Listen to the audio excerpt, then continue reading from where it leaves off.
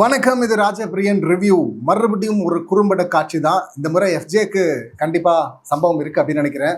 இதில் சீப்பு அப்படின்னு சொல்லிட்டு சாண்ட்ரா எஃப்ஜேவை பார்த்து சொல்கிறாங்க. சீப்புன்னு எப்படி சொல்கிறீங்க, நீங்கள் வந்ததுலேருந்து தான் சீப்பாக இருக்கிறீங்க அப்படின்னு சொல்லிட்டு இவர் அந்த பக்கம் சொல்கிறாரு. இதில் டீ திருடி சாப்பிட்ருக்குறாங்க, இல்லை மறைச்சி வச்சு குடிக்கிறாங்க அப்படின்னு சொல்லிட்டு அசிங்கமாக இல்லை அப்படின்னு சொல்லிட்டு திவ்யா சொல்கிறாங்க. யாரா சொல்கிறாங்க, என்ன பஞ்சாயத்து அப்படின்னு சொல்லிட்டு பார்ப்போம். ஆக்சுவலி இந்த டீ மேட்டர் தான் பார்த்தீங்கன்னா நைட்டு ஃபுல்லாக பெரிய விஷயமா மாறிச்சு. நிறைய பேர் நிறைய வார்த்தைகளை விட்டாங்க. அதெல்லாம் லாஸ்ட்டாக நம்ம பார்த்துட்டோம். வியனா பிரஜன் வியனா பற்றி சொல்ல, வியனா போயிட்டு கேமரா முன்னாடி பயமா இருக்குது அப்படின்னு சொல்லிட்டு கம்ப்ளைண்ட் பண்ண, அதை பார்த்தோம். அதுக்கப்புறம் சாண்ட்ரா வெர்சஸ் விக்கல்ஸ் இவங்க வார்த்தையை விட்டுக்கிட்டாங்க. ஒரு நாள் உனக்கு இருக்குதுடா, இதை விட மோசமாக இருக்குண்டா, யாருக்குடா பால் ஊற்ற போகிறான் அவன் அப்படின்லாம் பேசிட்டு இருந்தாங்கல்ல. ஸோ இந்த எல்லாத்துக்கும் காரணம் இந்த டீ மேட்டர் தான். ஒன்றும் இல்லை, தலைவலிக்கிற மாதிரி இருக்குது, டேப்லெட் வாங்கிட்டேன், எனக்கு பால் வேணும் அப்படின்னு சொல்லிட்டு கேட்குறாங்க திவ்யா.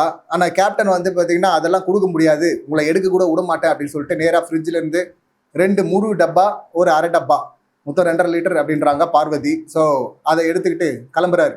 நீங்கள் எடுக்கக்கூடாது அப்படின்னு சொல்லிட்டு உள்ளே எடுத்துகிட்டு போகிறாரு. இப்போ மெடிக்கல் எமர்ஜென்சி அப்படின்னு தானே கேட்குறோம், அது கூட கொடுக்க மாட்டியா அப்படின்லாம் சொல்லிட்டு இவங்க கேட்குறாங்க.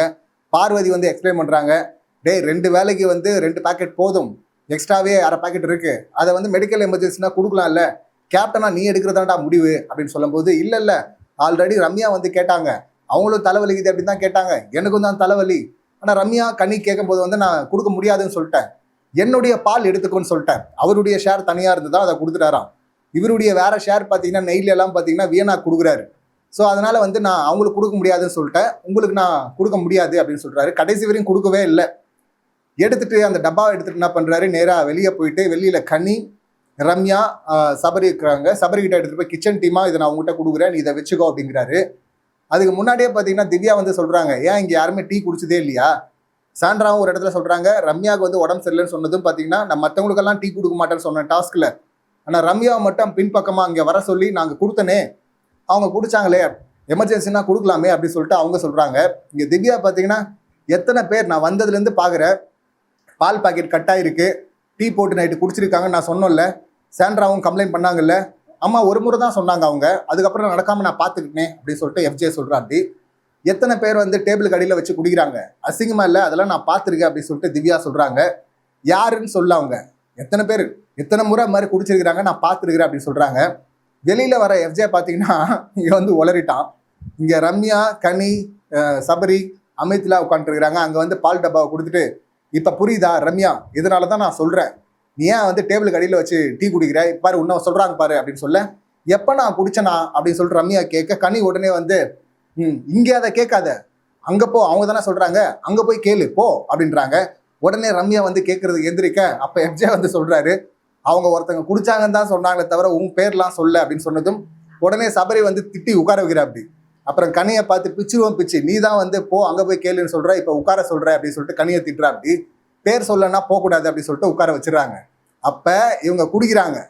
ரம்யா இந்த மாதிரி டேபிள் கடியில் தான் குடிச்சாங்க சொல்லிட்டு இவரே ரம்யாவுக்கு குறும்படம் போட்டிருக்கிறாரு. இவருடைய ஷேரை தர்றேன், பொது இதுலேருந்து எடுத்து கொடுக்க முடியாது அப்படிங்கிறாரு.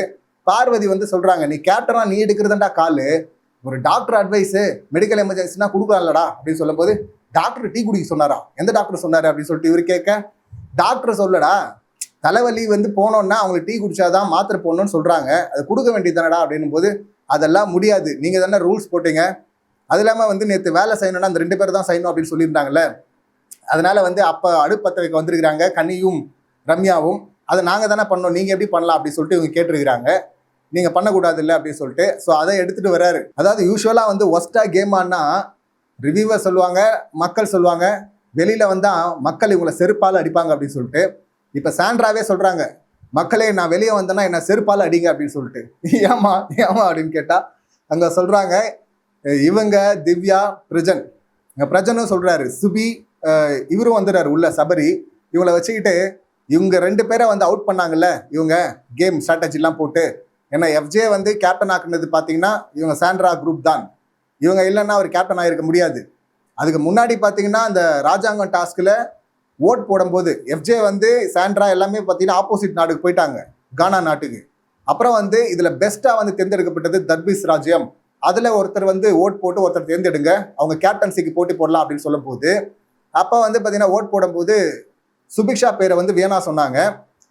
இவர் சபரியும் பார்த்தீங்கன்னா எஃப்ஜே இல்லை, மற்ற டாஸ்க்குன்னா நான் எஃப்ஜே சொல்வேன், ஆனால் வந்து இப்போ வந்து நான் வியனாவை தான் இது சுபிக்ஷாவை சொல்கிறேன் நானும் அப்படின்னாரா. இதுக்கப்புறமா வந்து இதில் எபிசோடில் வரல, லைவ்ல வந்தது. அரோரா கிட்ட வந்து சாண்ட்ரா சொல்லியிருப்பாங்க, உஷாரா வந்து ஆல்ரெடி கேப்டனாக இருந்த சபரி பார்த்தீங்கன்னா கேப்டன்சி போட்டிக்கு அடுத்த வாரமும் தேர்வாகிறான். அப்படி இருக்கும்போது கூட போட்டிக்கு சுபிக்ஷா வந்தால் ஈஸியாக ஜெயிச்சிடலாம், பொண்ணு வந்தா எஃப்ஜே வந்தால் ஜெயிக்கிறது கஷ்டம் அப்படின்னு சொல்லிட்டு தான் எஃப்ஜேக்கு அவங்க ஓட்டு போடல. அப்போ நம்ம வந்து எஃப்ஜேவை மூவ் பண்ணோம், இதுதான் பிளான் அப்படின்னு சொல்லிட்டு அவங்க சொல்ல சுபிக்ஷா இவங்க அரோரா வந்து வாயை பொழந்திருப்பாங்க, இப்படியெல்லாம் யோசிப்பாங்களா அப்படின்லாம் சொல்லிட்டு. அதுக்கப்புறமா தான் இவங்க பிளான் பண்ணி அந்த கம்பியை பிடுங்கினாங்கல்ல, அந்த கம்பியை பிடுங்கும் போது சுபிக்ஷா அதை பிடுங்கினாங்க, சபரி இதை பிடுங்கினாங்க, வினோத்தை கூட பிடுங்கினாங்க, கடைசியில் எஃப்ஜே அப்படின்னாங்க. நம்ம அப்போவே சொல்லியிருந்தோம் எஃப்ஜேவும் அன்பு கேங் தானே. இப்போ நீங்கள் வந்து சபரியை பழி வாங்குறதுக்காக எஃப்ஜே கேப்டன் ஆகினீங்கன்னா அவங்க 2 பேரும் ஒன்றா தானே இருக்க போகிறாங்க. எதிரெதிராக இருக்கிறவங்கள வந்து இவங்களை சப்போர்ட் பண்ணுறதுக்காக இல்லை இவங்களை அடிக்கிறதுக்காக இவங்களை சப்போர்ட் பண்ணிங்கன்னா அது வேற. 2 பேருமே ஒரே கேங்கில் இருக்கிறாங்க, அப்படி நீங்கள் சப்போர்ட் பண்ணி என்ன பண்ண போகிறீங்க அப்படின்னு நம்ம சொல்லியிருந்தோமா. இப்போ சொந்த செலவில் சூனியை வச்சுக்கிட்ட மாதிரி அவங்க சொல்கிறாங்க, நான் வந்து இவனை போய் கேப்டன் ஆகணும் பாருங்க, நான் வந்து சீப்பாக பண்ணேன்னு சொல்கிறான், இவன் தான் சீப்பாக பண்ணுறான், நான் பண்ணதுலேயே பெரிய சீப்பாக பண்ண விஷயம் எதுன்னா அப்படின்னு சாண்ட்ராவே சொல்கிறாங்க, வாக்குமூலம் கொடுக்குறாங்க. இவனை போய் கேப்டன் ஆகணும்னு சொல்லிட்டு பண்ணோம்ல, அதுதான் நம்ம பண்ண பெரிய தப்பு அப்படின்னு சொல்லிட்டு லேட்டாக முடிவு பண்ணி என்ன பிரயோஜனம், அவர் கேப்டன் ஆகிட்டார்ல. இது வந்து யாருக்கு பால் ஊற்ற போகிறான் எடுத்துகிட்டு போய் வச்சுக்கிட்டு, ஆல்ரெடி வினோத்துக்கிட்ட போய் சொல்லியிருந்தாங்க உள்ள சாண்ட்ரா கோவமா, இவன் வந்து பால் எடுத்துகிட்டு போயிட்டு கண்ணி ரம்யா காலில் வைக்கிறான், யாருக்கு பால் ஊற்ற போகிறான் அப்படின்னு சொல்லிட்டு.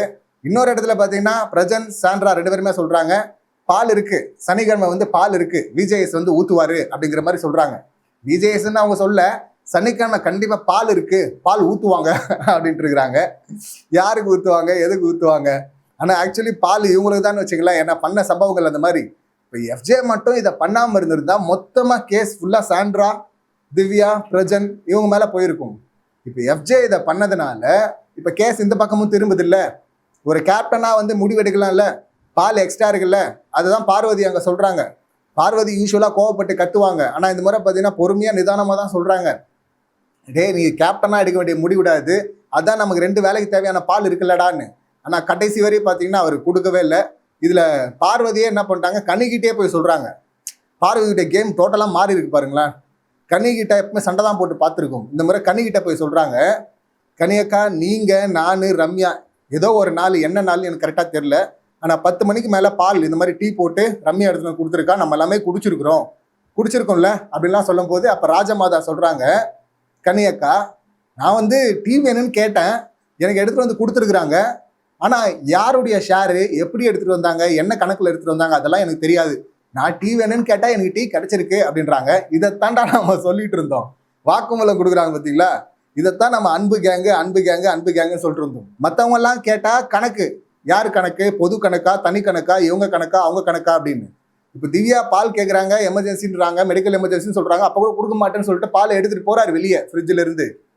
ஆனால் வந்து ரம்யா கனி கேட்கும்போது வந்து பொது கணக்கில் இல்லை, என் கணக்கில் எடுத்துக்கோ அப்படின்னு சொல்லிட்டு எஃப்ஜே கொடுக்குறாரு. அவங்களுக்கு எப்படியாவது கிடைக்குது, இதில் மறைச்சி வச்சும் கொடுக்குறாங்க திருட்டுத்தனமா, அப்படியும் பண்ணியிருக்கிறாங்க. இதில் கனி அக்கா சொல்கிறது ஏன் ராஜம்மா தான் சொல்கிறேன்னா, எனக்கு நான் டீ வேணும்னா எனக்கு கிடச்சிருக்கு, எனக்கு கிடைக்கலன்னு சொல்லுவாங்க, எனக்கு கிடச்சிருக்கு, நான் குடிச்சிருக்கிறேன், ஆனால் எந்த கணக்குன்னா எனக்கு தெரியாது. அப்போ எந்த கணக்குன்னே தேவையில்லை, மற்றவங்கெல்லாம் கேட்டால் கணக்கெல்லாம் சொல்கிறாங்க. இப்போ ராஜமாதா கேட்டால் வந்து கணக்கே தேவையில்லை, டீ வந்து கேட்டால் கிடச்சிரும், ஏன்னா அவங்க ராஜமாதா. அதான் நைட்டெல்லாம் பார்த்தீங்கன்னா விக்கல்ஸ் விக்ரம வந்து பெருக்கிறேன்னு சொல்லிட்டு வச்சு செஞ்சு விட்டாங்க.